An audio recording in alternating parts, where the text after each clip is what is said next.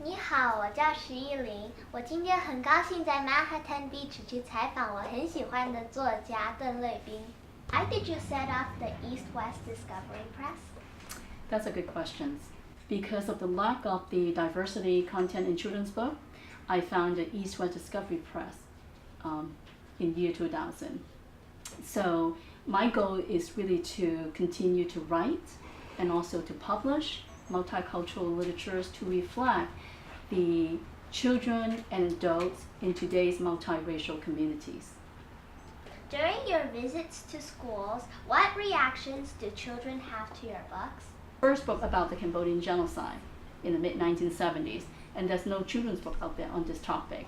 So when I talk about that, and kids actually were really excited about, about the story, because they did not really get a chance to learn about this particular part of history in schools.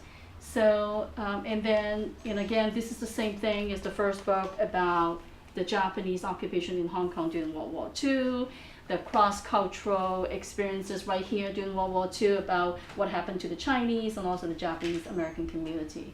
So in general, the feedback was very, very positive. Husband of Rice, a survival story of the Cambodian genocide. One soldier, who looks about 15, yells into a bullhorn, "Leave immediately! Leave immediately!" The young soldier repeats in his high-pitched peasant voice. "Through our front gate, the Americans are going to bomb the city," claims one of the soldiers. "Everyone must leave now," he yells at us, his rifle pointing upward. Meanwhile, we hear some gunfire outside. In just a few minutes, my parents and I are marching with a whole city of people, million of them. The rice over my shoulder is heavy.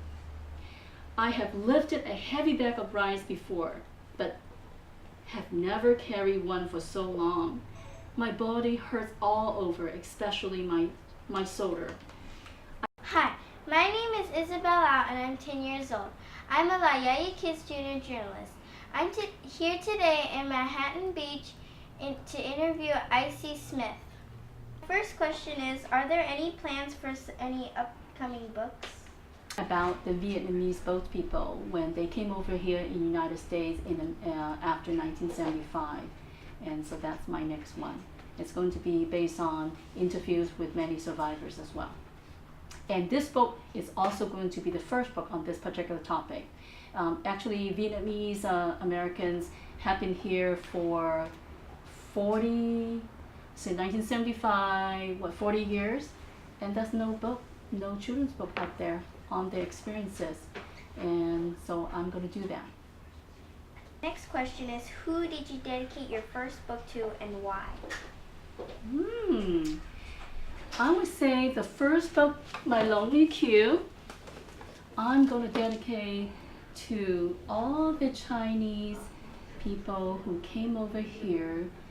They helped build the Transcontinental Railroad, and they really faced really hardships, and they really paved the way, for our, second generation who came over here. So this book will be dedicated to I would say, our ancestors who came over here in the in the late 1800s. This year, I'm sad in school.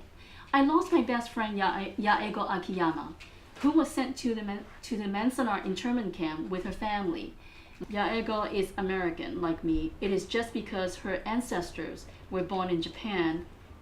Most of the Japanese internees are U.S. citizens and did not commit any crime against the country.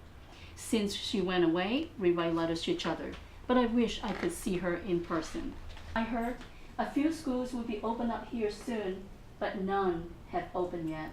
I hope I don't get too far behind, but school would not be fun without you. I miss you and the good times we had. Did you make any new friends? Write to me soon. Love, Yaego Akiyama.